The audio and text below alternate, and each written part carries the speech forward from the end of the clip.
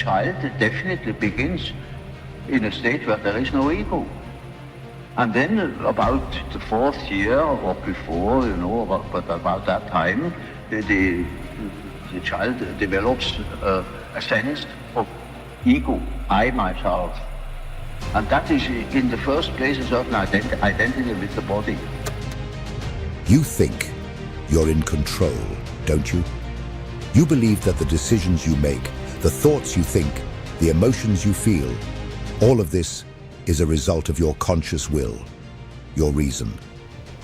But what if I told you that this is precisely the illusion that is destroying your life?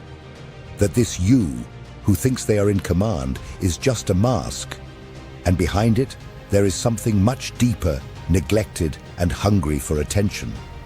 I'm not here to comfort you. I'm here to confront you. Because if you're watching this video, it's because on some level, you feel, you know that something is wrong, something is out of place. No matter how much you try to keep up appearances, no matter how much you tell yourself that everything is fine, you live tired, anxious, trapped in repetitive cycles that you don't understand. Maybe you are too hard on yourself. Maybe you live seeking approval. Maybe you have everything that others think is success, but still feel empty. Do you know why? Because the ego, this fragile construct you call I, is in control, and it is dragging you away from your essence. Carl Jung did not see the ego as an enemy, but as a limited part of the psyche that believes it is greater than it really is. And when you believe that the ego is all that you are, you enter an invisible prison.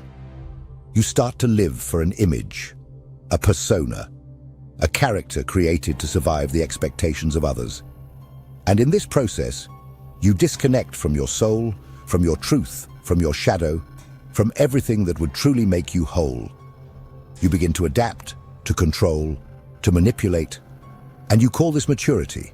But what you are really doing is avoiding confrontation with who you really are. And do you know what the consequence of this is? Superficial relationships, self-sabotage, existential crises, a constant fear of failing, of being rejected, of not being good enough. All of this is a symptom of an inflated ego, and at the same time, frighteningly fragile. But today, I want to show you what Jung saw behind this illusory structure. In this video, we will perform an autopsy of the ego. We will tear apart this layer of lies you have been telling yourself. And in the end, maybe, just maybe, you will begin to understand who you really are.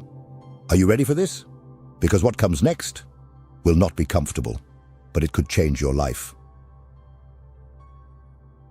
Before anything else, we need to clearly understand what we are facing.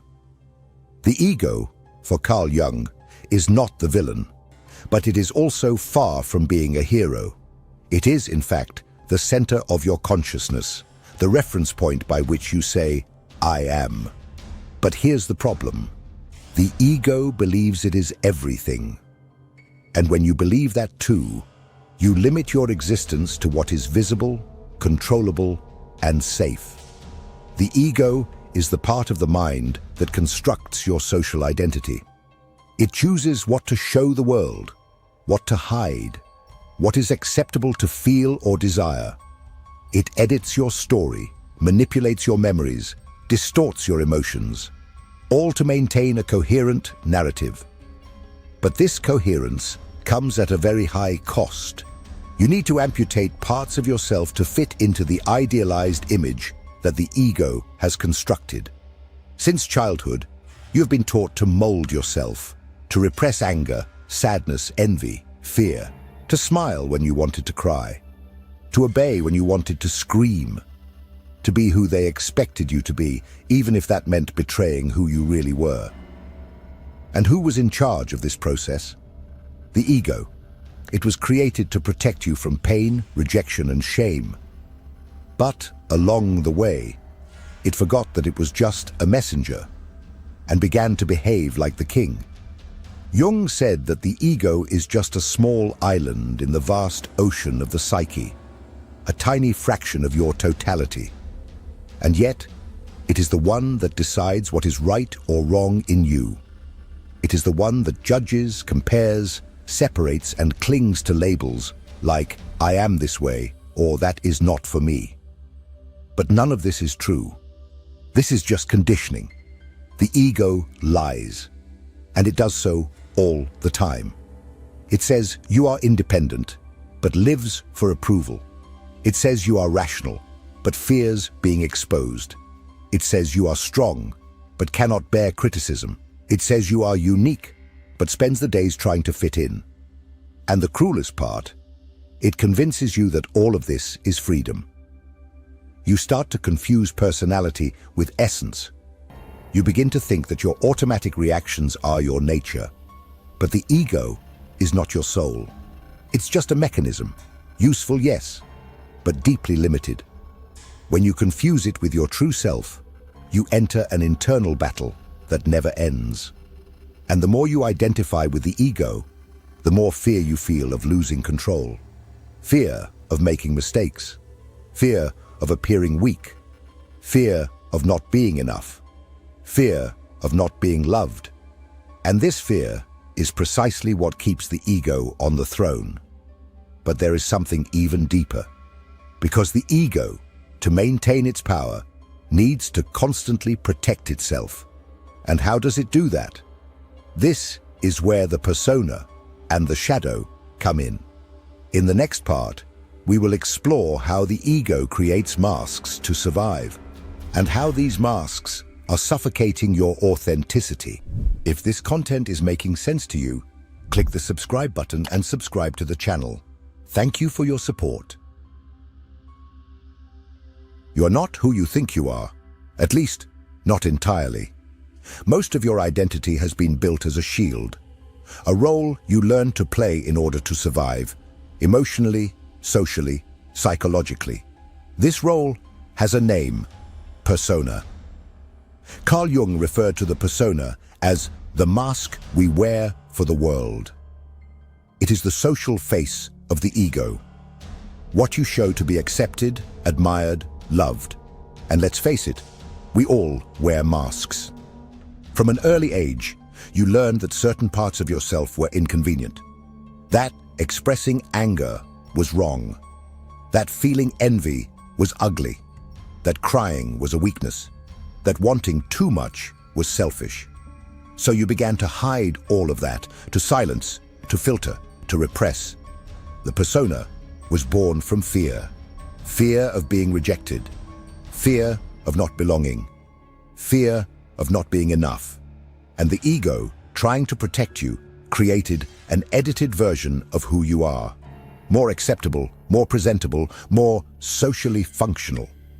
You became someone nice, polite, controlled, but you also became someone incomplete, artificial, trapped in patterns that no longer make sense. The problem is that the more you identify with this mask, the further you distance yourself from your truth. And this disconnection comes at a price: anxiety, emotional exhaustion, a constant feeling of inadequacy. You try to appear strong, but feel fragile. You try to show control, but live in internal chaos.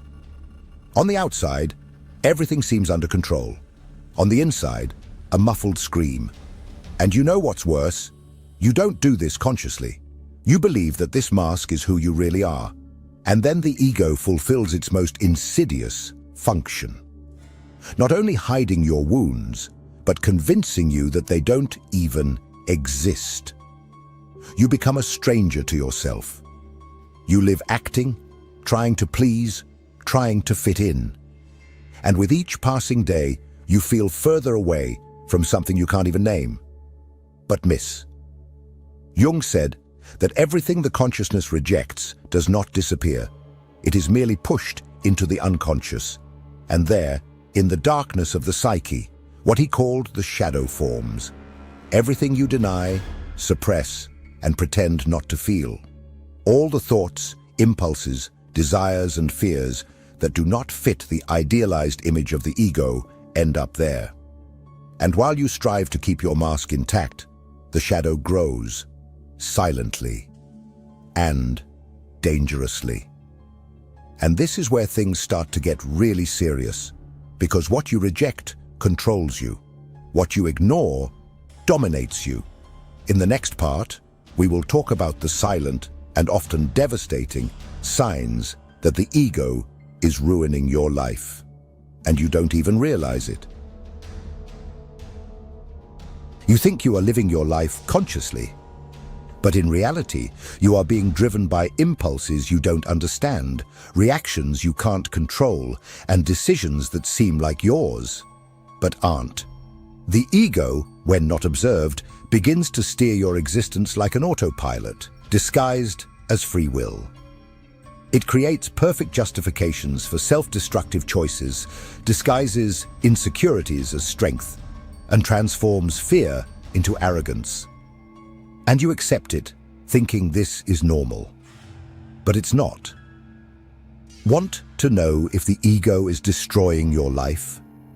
Observe your patterns. Do you constantly seek approval? Do you need others to recognize what you do, how hard you work, how much you endure? This is not strength. It's disguised emotional dependence. The ego desperately needs to be validated because without recognition, it feels threatened. It's as if, without applause, your existence loses meaning. Do you find yourself comparing? Do you feel envy when you see someone better, more attractive, more successful? Or do you feel relief when you see someone worse than you? This is not ambition. It's masked insecurity. The ego measures your worth based on others because it doesn't know another way to assert itself. It doesn't seek evolution. It seeks superiority. Are you afraid of making mistakes? Do you freeze when you need to make decisions? Do you get stuck between 1,000 possibilities, but never choose any